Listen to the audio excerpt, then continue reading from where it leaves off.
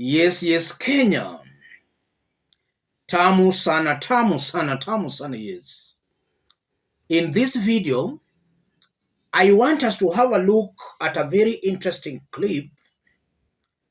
A clip of some Kenyans who supported and voted for William Ruto, but are now regretting and asking for forgiveness from Uhuru Kenyatta. Before we have a look at that clip, let me say this. I'm one person who has always maintained that a sane mind cannot support William Ruto or Kenya Kwanza. If you see somebody supporting this government, either the person is gaining directly from the government or the person is just politically ignorant. If you want to see an example of a government that has failed, this one has failed miserably. It has failed miserably. Let's listen to these Kenyans before we continue.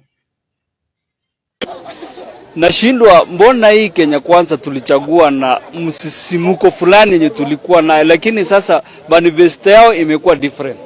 Tunaomba bwana president, tafuta Uhuru, muongee naye alikuwa anafanya aje mambo.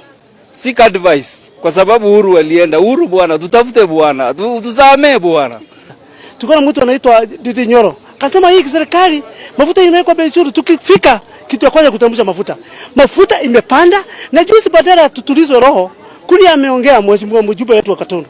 Anasema ati mafuta atitaongezwa kila mwezi shilingi 10. Sisi tunaenda wapi? Mwananchi wa kawaida ameumia sana kusema ukweli. Sasa gari za hizi zimepanda, kila kitu imepanda, hata hii tunaambia fertilizer ikiteremshwa bei na vile kila kitu imepanda, sisi tutapata nini? Mwananchi wa kawaida yako chini na sisi tumeumia. Sisi tunauliza kama itawezekana, hata kama hii subsidy irudi kabisa. Kama serikali inatuangalilia na inatufikiria mambo yetu, warudishe subsidy ndio mafuta iteremke, kila kitu irudi chini, mwananchi wa kawaida aumie. Sasa si bottom up, ni bottom. Hata tumeumia, hata tujui tutasema nini, na tuliambiwa ni bottom up. Remind William Ruto one thing: we elected him purposely, not because he was special than all the other candidates. We elected him because of his agendas that he had for the hustlers. Ajua sisi bado ni wale mahasla tu, hatujapata pesa. So asidhani na akipandisha bei ya mafuta na nyanyaza matajiri ama nini. Sisi ni bado ni mahaslas. In as much as hatuna magari, tuko na mapikipiki. Hii ya reshuffle of the cabinet. A reshuffle. Mimi sioni mtu mwenye ako na akili kwa hii cabinet yake. The only person mwenye ni kama ako na akili si mbaya sana ni Kithure Kindiki. At least he is doing, so we are seeing what he is doing. Lakini hizi zingine hizi hakuna mtu ako serious. Moses Kuria mtu tu anatoka tu bana kwenda studio na kuongea nonsense.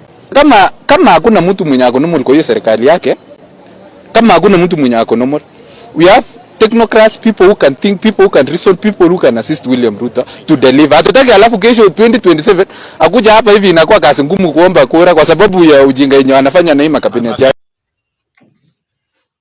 Those are Kenyans who probably voted for William Ruto. They are the ones who were singing Hatupangwingwi.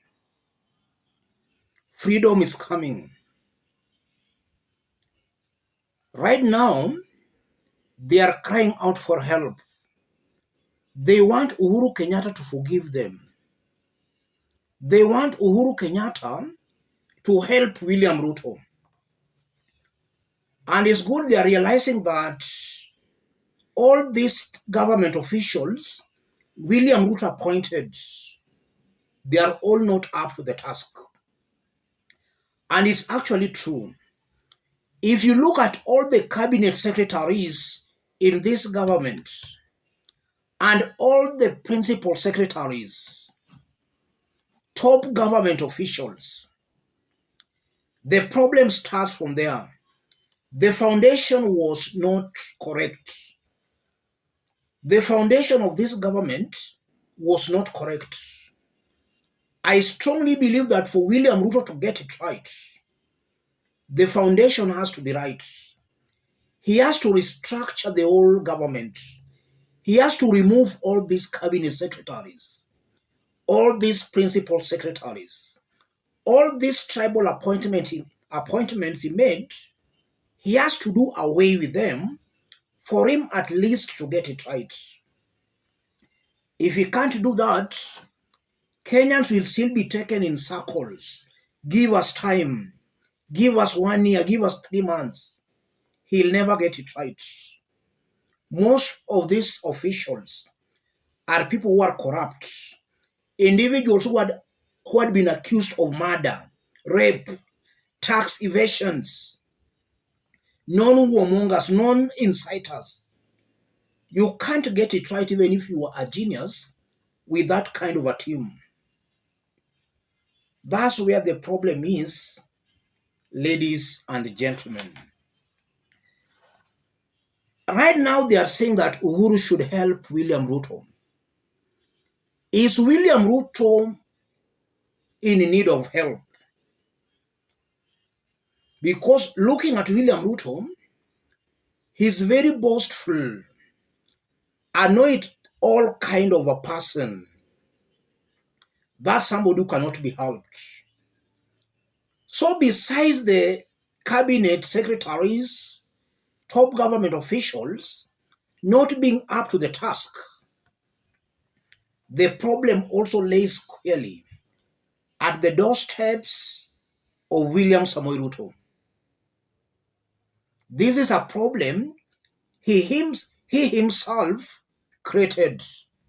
It's unfortunate that he created the problem, but is not humble enough to seek for help or to find a solution to the problem. Maybe according to him, he is still sleeping, assuming that things are just good. The truth of the matter, things are moving from bad to worse. In the next 3 months, the situation in this country will be worse off than it is today. And for those who have been following me, that's what I've been saying. I've always maintained that as time goes by, the situation is moving from bad to worse, and eventually it will be worst. It will be worst. I've seen a gentleman there talking of, that gentleman talking of maybe Kithure Kindiki is the only sober voice in this government. And it's actually true. I sympathize with Kithure Kindiki, for he has actually dirtied himself. He has agreed to be surrounded or to work with a team of people who are not up to the task. And they are actually denting and soiling Kithure's image. They are soiling his image. How I just wish Kithure could be man enough to resign from this kind of a government. How I wish Kithure should resign from this government, because it's clear by the time, or rather as time goes by, Kenyans will have a very harsh verdict on him as well. He's working with a team that actually don't know what leadership is all about. And there is a gentleman, again, there was talked of 2027, and he has made some sense. Ruto and his team should not assume that simply because they rigged themselves in 2022, come 2027, they will also rig themselves in. That's a very dangerous assumption. And William Ruto should not think along that line. He might find himself in a very precarious situation. Let him find a solution to the ills bedeviling this country. He should not rely on every now and then forcing himself onto the people. That can be a very dangerous assumption. Let me stop it there, ladies and gentlemen. If you are watching us but you have not yet subscribed, subscribe, give this video a like.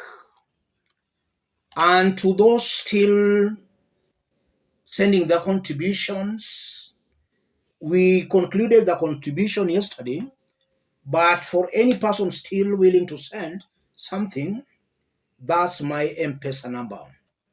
We intend on buying a camera.